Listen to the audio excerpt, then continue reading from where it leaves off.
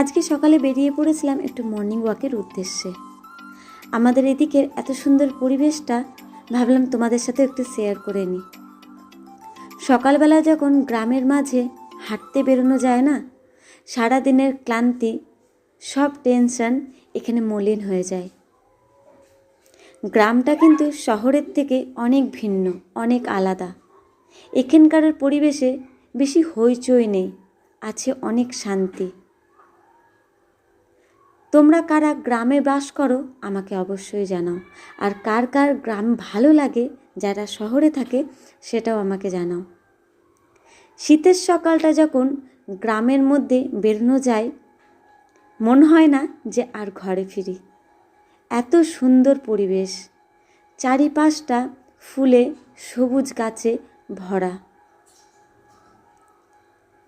সকালবেলা যখন সূর্য উদয়টা দেখা যায় কুয়াশার মাঝে, মনটা ভরে ওঠে। দেখো চারিপাশটা কুয়াশায় কেমন ভরে রয়েছে, তার মধ্যে একটু উঁকি মারছে সূর্যি মামা।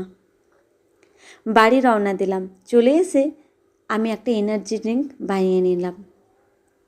এতে হেয়ার ফল প্রচুর কমায় আর ড্রাইনেসও দূর করে।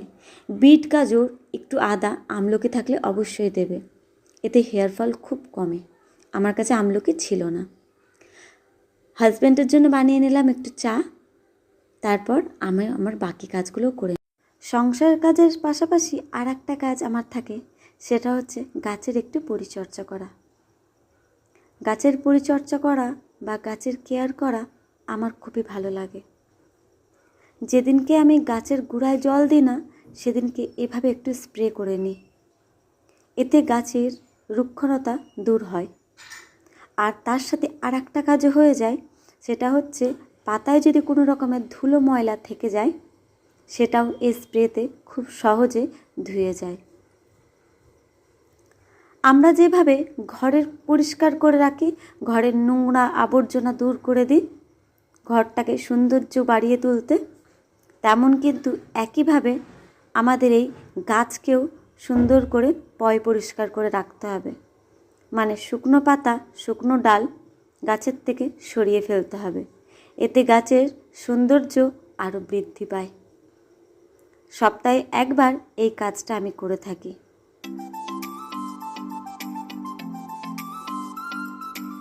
এই গোলাপের কালেকশানটা আমি অনেক নার্সারি ঘুরে ঘুরে পেয়েছি। কালারটা অসাধারণ, হালকা ক্রিম, হালকা পিঙ্ক। আর এই হাজার গোলাপি গাছটা দেখতে অসাধারণ লাগে। এইটুকুনি গাছে অসংখ্য কুড়ি। যখন এই সব কুড়িগুলো একসাথে ফুটবে, আমার ঘর তো আলোয় হয়ে যাবে।